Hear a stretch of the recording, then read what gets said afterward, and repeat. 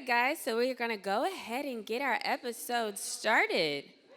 Did everyone get popcorn and a mocktail and all of that good stuff? If you have not, this is your opportunity to do so because once we start the episode, we are going to ask that there is minimal movement. And also, if you guys can put your phone on Do Not Disturb or airplane mode, that would be awesome so we don't have any interruptions during our recording. Um, so yeah, let's go ahead and get it started. As you know, I already told you this is going to be a three-part series of a live show. Our very first one is Salon Talk. That is what you are here at today. There's no secret, barbershops, salons, hairstylists, barbers, they're like the therapists of the black community. They know more tea than our family members probably know about us. So I thought that this episode would be impactful because one, it could help out from a client standpoint, but also I know we have a few hairstylists in the building today too, and hopefully you leave with some tools, knowledge, materials, ways to pass down prevention methods to your clients. Or if you are a client, maybe you can go back and let your hairstylist know, girl, I was at this event and these are some of the things they equipped us with. Let me give them to you to give to your other clients. So that is the goal and the tone of today's conversation. And if you can help me welcome our guest for today, Natalya. Yes. So Natalya is going to be our featured guest for our first live show, Salon Talk with Koiya. I thought that she was more than perfect for this episode. She has been a staple hairstylist in the community for years. So I thought she would be the perfect person to kick this off with. So we do know that everyone in the room may or may not know you. For the viewers and listeners watching, why don't you give us a rundown on who Natalya is? Okay, so first, I have to say I'm a mom because I feel like that claims most of my life and it's what I'm most proudest for. But I have been a hairstylist for the past 16 years. It's been a blessed run. I actually just retired in this past June, but now I'm transitioning into content creation and just being used by God in my community and helping to spread awareness of whatever it is that God allows me to speak on. So I am here and I'm thankful, Koiya, for the opportunity. I'm so excited for this initiative that you guys are doing. I just got tested, and thank you for creating a safe space where people can feel free to get tested. I've seen so many other people getting tested tonight, and it's such a blessing to feel okay, yeah, I'm going to do it. And even when, you mentioned that they were testing on site, I'm like, you know what, I'm going to get tested. So thank you for creating that safe space for us. I love that. Thank you. And yes, if you guys want to sign up to get tested, everyone in the room, there's a sign up sheet in the back. We have a testing unit outside. You can do so. So, you've been doing hair for 16 plus years. How did you get started in hair care? So my mom was a hairstylist my whole life, and I always knew I don't want to do hair. Um, but after I went away to college, my freshman year, I was a broke college student, like the staple, and we started doing roller sets, my sister and I, out of our dorm room for relaxers, even though God knows we shouldn't have been doing that. But we knew how to do it, so we were doing roller sets and relaxers for $15. And after my freshman year, I came home. I didn't know I was pregnant. I went back to school. And when I found out that I was pregnant, I came back home and I started assisting in a salon. And that has been my calling, my blessing. And I just went full throttle in that. So, Love to hear it. Like I said earlier, I mean, since the 19th century, salons and barbershops have served as a vulnerable space to talk about issues of importance. Nowadays, I feel like we've kind of gotten away from that, and it's more about the drama of the barbershops and the hair salons. And I really want to get back to making salons and barbershops a safe space where we do talk about issues that are important to our community, because that is, like I said, the heartbeat of the community oftentimes. I know people who won't go see a therapist, but they'll go sit in their salon or sit in a stylist chair and tell them all of their issues and act as if she's or he is their therapist, you know?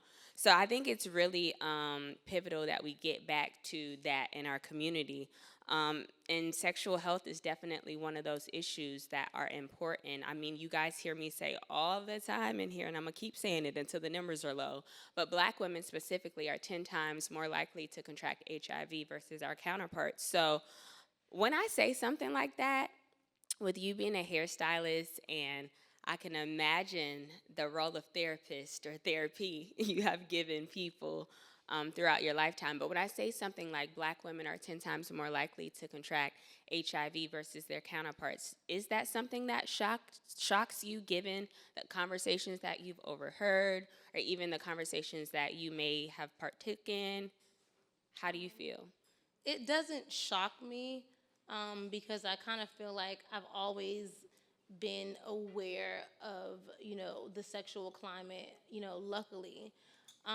So I'm not really shocked by that, but it is sad to hear, and I'm hoping that with initiatives like what you're doing and just raising awareness and maybe bringing that conversation back to the salon and back to our minds and back to the forefronts of our conversation, that we can significantly decrease that. Yeah, agreed. Because I'm sure people have sat in your chair and told you some things that you have been like, hey, you should probably go see a therapist. This Yeah. isn't for me. No. But we are going to give you the opportunity if you do want to share any of your juicy client stories that you might have had. I feel like now you can share them because you've moved out of the hairstylist space and you're now going on to do other things.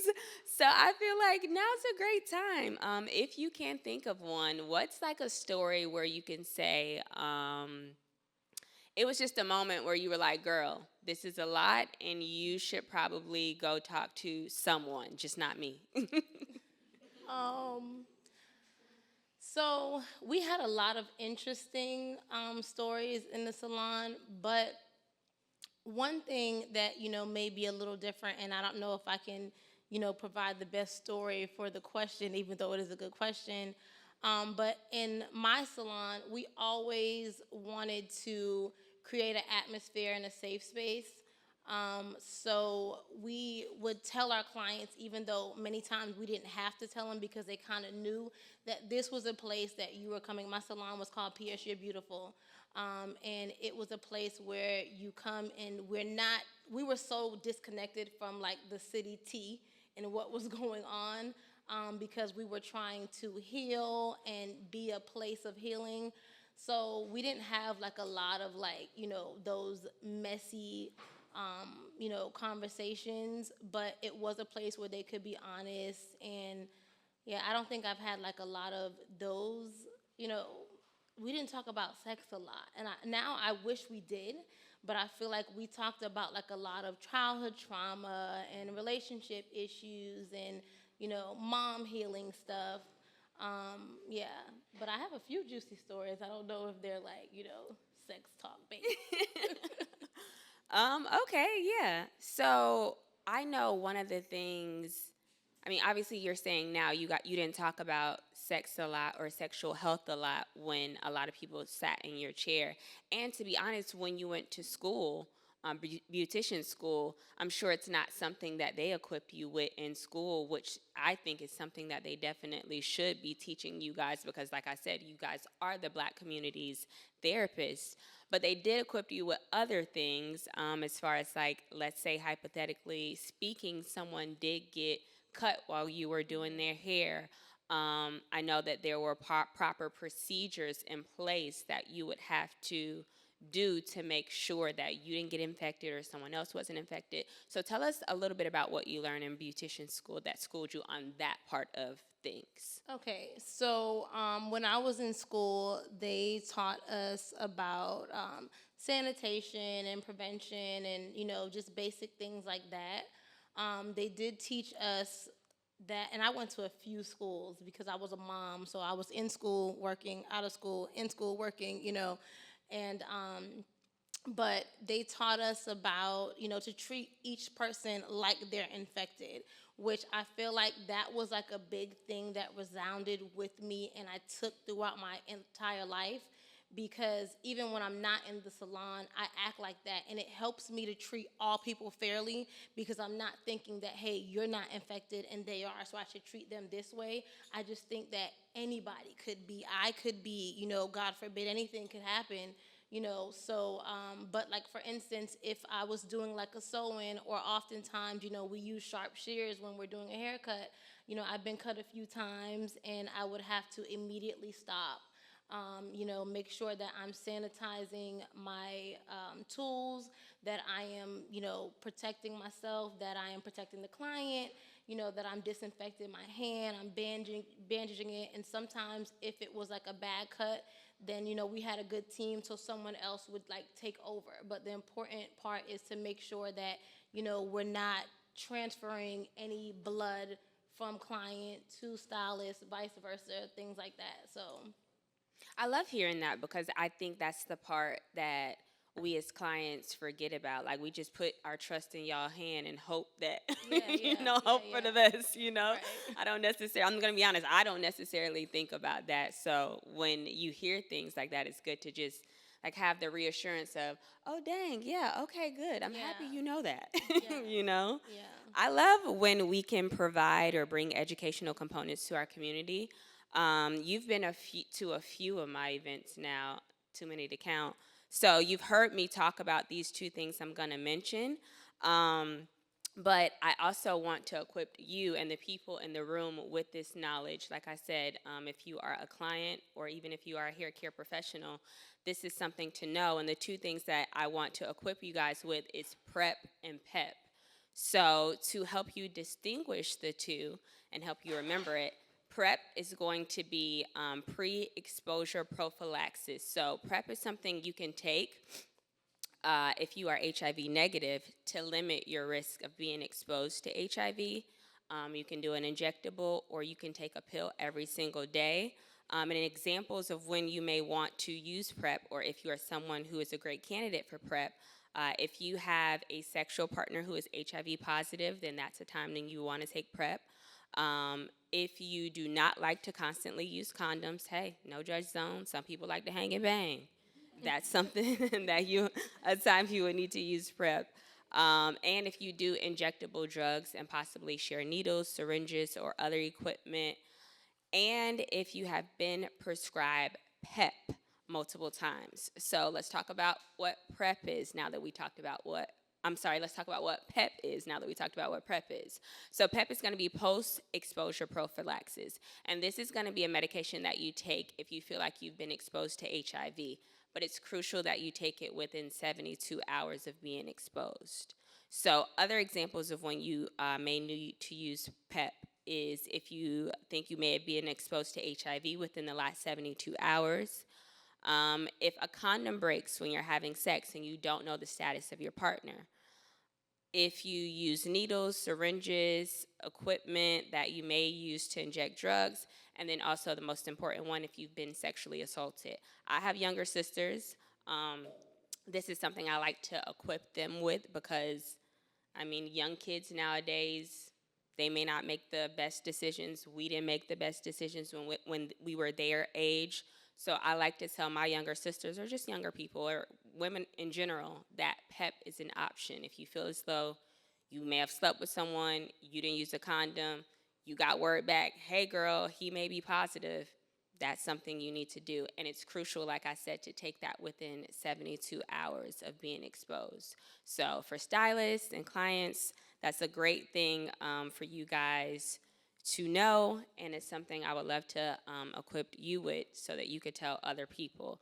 Identifying as a Black woman, though, knowing that we account for the highest percentage of HIV new case rates, how does that affect you, and how much of a responsibility do you feel as a Black woman to make sure other stylists, family members, friends, anybody is equipped with the proper education when it comes to their sexual health?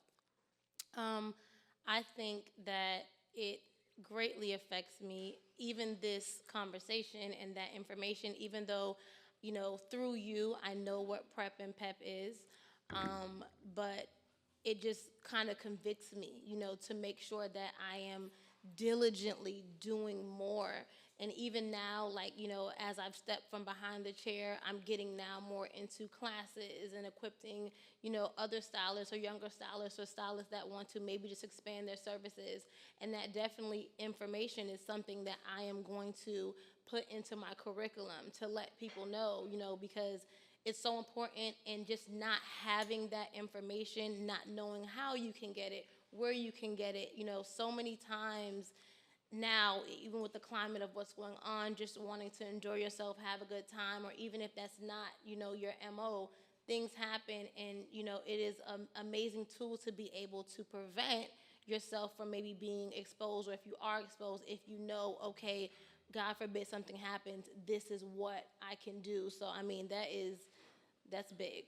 Yeah. I remember at one of your other tapings, the young lady was saying about how you can get like PEP, and so typically, but I don't remember like how, So as I want to add that, how do you get like PEP, or is it something that's like super expensive, or is it something that like if you're exposed, here's a trick to how you can get it? If I don't. Yeah, no, that's a great question, and I'm glad you asked that. So, if for anyone in the room and also people watching, www.talktestcfl.com. If you go to the Talk Test Treat website, we have multiple avenues that can link you to people who can provide PrEP and PEP for you. There are situations where your insurance may pay for it. Considering your insurance, I don't know what everyone has, it may not, but then there are also people on the site that I just gave you that has the opportunity to give you somewhat of a discount too if you do not have insurance. So don't think that there is not a way if you don't have insurance, or it may be too expensive, or even if you don't know the proper linkage to get to these things. Talk Test Treat website has all of that, and we provide all of that information for you. So yeah, thank you for that. Myself, as a person who has navigated through an industry where I feel like there has been a ton of roadblocks and gatekeepers, I myself, as a Black woman, have decided that I'm going to be a door opener for other Black women instead of a gatekeeper. So I like to challenge you to give us in this moment 3 helpful things, tools, materials, whatever that is, just to help stylists pass to their clients to help them combat HIV. I think I just gave you 2, so you kind of really got to only give me 1. But Um, okay, so if I'm gonna cheat, I would say PrEP and PEP. But also, I think that, a lot of times, I know, like, for me, one thing that I didn't push full throttle, that every time voting season came around, I used to say, man, I wonder if I can do like a discount or something to incentivize my clients to vote. And then I would get caught up in the hustle and bustle and never do it. You know what I'm saying? And then we keep getting into the climate where voting is so important and we're not doing it. But I feel like maybe, that would be something good to do to incentivize your clients to talk about, their sexual health, or say, hey, get tested. I don't need to know, what happened, but if you can show me that you went, maybe I'll give you $25 off of your next service or something like that, just to kind of create an atmosphere to where they're doing something that will benefit them, knowing their status and holding themselves accountable. and it is something to, one, get them to book another service with you, but also it's really showing them that you care. And I feel like that is like one thing that now hair is like scaring me low key. So I'm kind of happy that like I just got out, because when I grew up under my mom and other older stylists who it was all about hair care. And somewhere along the line we got so caught up in the dollar that people don't care about if your hair is growing, if you have edges, if you have hair next year, how you're doing at home, if your mom's okay. It's all about, oh, I have a 15-minute grace period, and if you're not here, they don't care if your mom fell down on the way out the door, you missed it, and now you need to reschedule. So with all of that, I feel like we're not caring as much or showing that we care as much about our clients, and in that kind of creates the climate for the chair hopper. So for me, even in me doing classes and getting that information out and letting people know why I was able to have such a successful run in the hair business, I think it was because I really cared about my clients. And I think that that's something that a lot of stylists need to work on and implement. And maybe part of caring about your client is also about their sexual health. It's about the health of their hair. It's about their mental health, all of those things. So, maybe incentivizing, hey, just show me that you got tested, or, like a voting sticker or something, and I can give you a discount. And it also plants the seed, not to have even the full conversation, but it plants the seed in their mind that you care. And once they feel like you care too, that also creates the atmosphere for them to know, you know what, I'm going to go to her because she actually cares about me. You know what? I'm glad you brought that up. What are some ways that, because to your point, and I talked about this earlier, I feel like we've gotten away from what salons and barbershops used to be, but what are some ways that they can implement to possibly just do like a wellness check on their client to see like what's going on at home? Are you okay? Is your man treating you right? Is he beating you up? Like, what are some things, tools, tactics that stylists can implement to make it easier to have a transparent conversation about sexual health? Like, how would you go about it? Um, First, I think it's important about just generally creating a safe space, right? Because you can't just go in and say, hey, you know what I'm saying, what's going on? So I think that it's the basic things that is not happening in the salon now. Greeting your client, you know what I'm saying? Responding if they text you, even if you can't always do it, but responding, being more personal, and then, or talking to them. Sometimes I feel like now I see a lot of people like, they'll get their hair done. I go to salons now too, and it's like they're not even talking to you. You know what I'm saying? So, and I think sometimes too, sometimes the client may be like a little, the stylist may be a little shy, so they're not initiating the conversation. But in that initiation, it helps the client to warm up to you, but it helps you to work through your shyness. And once you start working through it, once you just start with the initial, hey, hello, how are you doing? And then you create the atmosphere, then they trust you, then they come back, then you can start talking about sexual health and things like that. Because 9 times out of 10, people are looking for a place to belong. Now the whole thing is community, you know what I'm saying? But not just like a fake community that you can sell to, but a real community that you can matter to and that knows that you matter. And I think like for me, a lot of times even in my salon over the years, sometimes stylists that I'm trying to constantly tell this to, are asking me like, dang, Talia, it's slow. Like, how come your clients keep coming back? Because I talk to my clients, I ask them about their mama, their daddy, their kids, you know what I'm saying, things like that, and they know that it's a safe space. They know that I care. So when they're making that decision, okay, am I gonna pay my taxes? Sadly, I want them to pay their taxes, or am I gonna pay Talia? They're gonna pay me first, and then they're gonna go borrow money for their taxes. No facts. No, for real. For real. But No. it's because they know that they matter to me. So because they matter to me, they know, okay, Talia has kids too. So, let me keep coming to Talia. And I say that, I know I'm kind of like going, but I say that a lot too. Like, a lot of people don't understand, like, that give and take, concept of, why people are coming back to you. And I think that, that is so important to creating that atmosphere and the climate for comfortability and, to be able to be real, having real conversations. But first it starts with the basic conversations. Hey, how you doing? How you feeling? Things like that. Coming from a world of hair care and hairstyling and now entering a world of content creation, what are some pointers and ways that someone can advertise on their social media that they have created a safe space as a stylist for clients to come here and not only get your hair done, but like have a community? Yeah. I think that, the important thing too is just being yourself. I think that in content creation and trying to solicit clients and sell things, we get caught up sometimes in the trending things. So we think that, oh, they're doing this, I should do this. But, it's not just exactly what they're doing sometimes, but sometimes it's the consistency.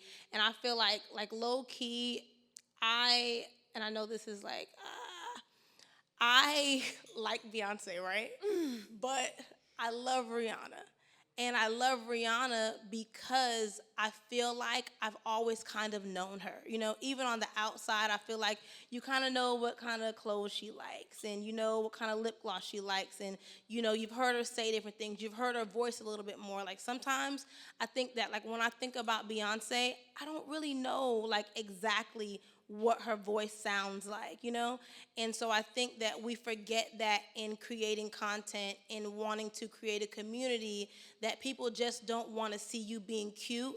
They actually want to hear what you think, what you sound like. You know what I'm saying? Oh, wow, she said that and she kind of sounded like me when she said it, or my mom sounds like that. Just being able to make it real and personal. So I think that, that is something that we can definitely do and need to do, is to make it real for people. Everybody don't want to just see your cute glass at dinner. They want to hear, did you actually like it? Facts. One of the things you mentioned a little while ago was you teaching master classes, and I know I saw you promote that. Have you did one yet? Yeah, so we did do one, and oh my God, What? it was the chore of our lives. Yeah, it was. Really? Yeah, it Tell was us a about it. blessing. But I think that, doing it and being able to teach it and know what you're doing, but being able to, like, record it and film it all out in a way that you're making sure that the person that's watching it is going to be able to break down and comprehend what you're doing. Oh my God. I mean, it was every step had to be like so meticulous, and instead of just doing, I have to say, okay, I'm doing this because, and then it's going this way because, you know what I'm saying? It just, making it super beginner friendly. So, that was hard, but it was a learning lesson, for me too. So I'm so excited to launch that and to finally drop it. But it took us, we set aside 5 hours to film it, do the hair, do content after. It took us 12 hours. Wow. Yeah, yeah. And after, when we did the video after, I went from this being completely awake, and then the last video that we did with the content saying thank you, I was dead. It was bad. Like, I'm like, yeah, so, yeah, and watch the class.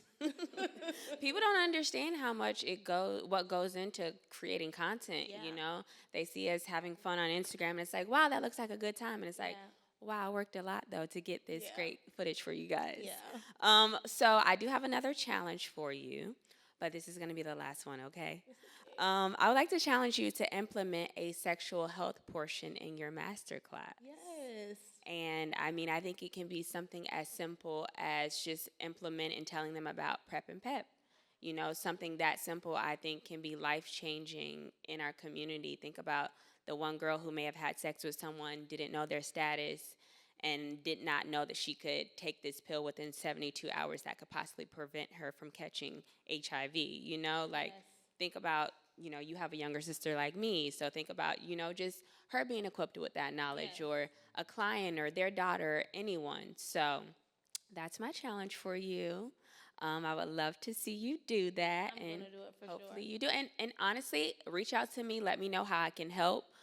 Even if you want me to come talk or whatever, yeah, let me know. But I think just because I think about people like you and a few other people in our community who, like I said, have been a staple in the Orlando community and the hair care business for a while.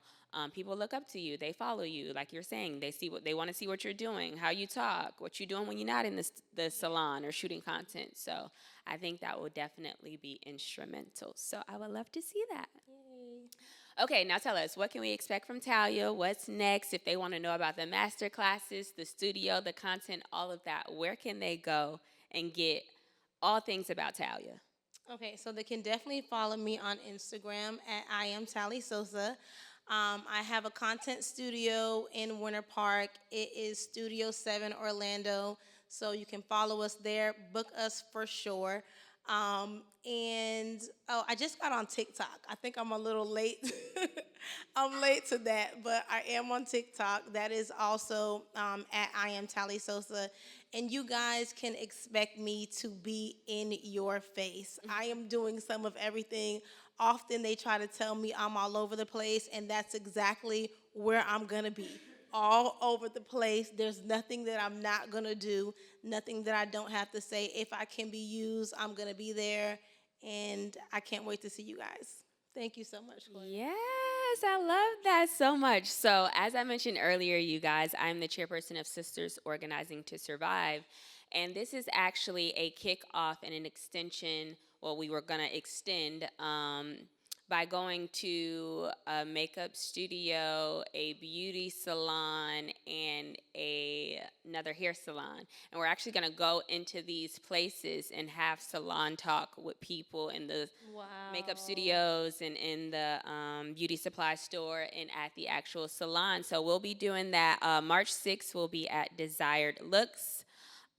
March 16th, we are tentative with that one right now. And then March 23rd, we'll be at Looks of Vanity. So we'll be doing testing. I'll probably be there playing my card game, asking questions, being annoying. But yes, so if you guys want to partake in that, that's where we will be. And we are hoping to extend this conversation just because, like I said earlier, man, we got to get back to what hair salons and barbershops used to be because for the Black community, they were very, very much the heartbeat of our community. So thank you guys for all being here today. That's a wrap on this episode. Thank you, Talia. Thank you.